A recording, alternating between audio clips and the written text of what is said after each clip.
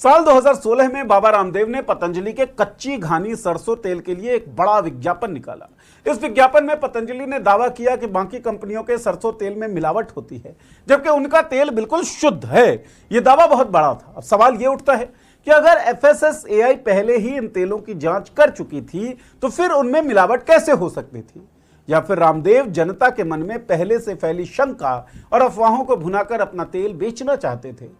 रामदेव ने अपने विज्ञापन में अमेरिका की संस्था एनसीबीआई का हवाला दिया और कहा कि दूसरे ब्रांड्स के तेल में मिनरल ऑयल जैसी खतरनाक चीज होती है जो कैंसर जैसी बीमारियों का कारण बन सकती है। लेकिन जिस एनसीबीआई का रामदेव ने हवाला दिया उस संस्था ने खुद ऐसा कोई दावा नहीं किया था। इससे भी दिलचस्प बात यह थी कि जो रामदेव दूसरों की कंपनी के तेल को मिलावटी बता रहे थे, उसी पतंजलि के सरसों तेल के 5 सैंपल लैब टेस्ट में फेल हो गए। राजस्थान के अलवर स्थित एफएसएसएआई के लैब में पतंजलि के 5 सरसों तेल के सैंपल की जांच की गई और 5 सैंपल को घटिया गुणवत्ता वाला पाया गया, जिसके बाद रामदेव के इस भ्रामक प्रचार और अन्य भ्रामक प्रचारों के खिलाफ एएससीआई यानी advertising standards council of India में शिकायत दर्ज हुई। कहानी आगे बढ़ी। एएससीआई ने पतंजलि के 33 विज्ञापनों की जांच शुरू की। Hair oil, clay, toothpaste, washing powder, हर कैटेगरी के एड्स में पतंजलि के दावे गूंज रहे थे। जांच के बाद जो सामने आया वो वाकई चौंकाने वाला था। 33 में से 25 एड्स झूठे पाए गए।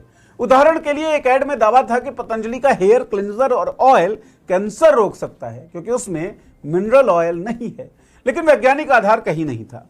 एक और एड में पतंजलि ने कहा कि उनके कॉम्पिटिटर्स हेक्सेन मिलाते हैं जो एक न्यूरोटॉक्सिक केमिकल है, पर जांच में यह दावा भी गलत निकला। साथ ही बाबा के कई प्रोडक्ट्स जैसे नमक, जैम, बेसन और शहद भी रुद्रपुर की सरकारी लैब के टेस्ट में फेल हो गए। इसके बाद उत्तराखंड के फूड सेफ्टी विभाग ने रामदेव के खिलाफ केस फाइल कर दिया।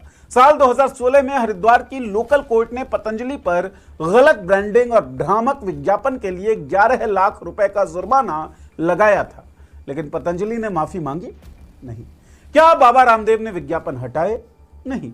उनका जवाब था, हमारे खिलाफ विदेशी कंपनियों की साजिश चल रही है। यह कहकर बाबा रामदेव सवालों से तो बच गए, लेकिन घटिया माल इस्तेमाल करने और फर्जी विज्ञापन देने का उनका सिलसिला रुका नहीं। कोलकाता की जिस लैब ने नेस्ले की मैगी को फेल बताया था, उसी लैब ने रामदेव की भी पोल खोल दी। कोलकाता की सेंट्रल फूड लैब ने पतंजलि के मशहूर आंवला जूस को लेकर कहा, यह पीने योग्य नहीं है।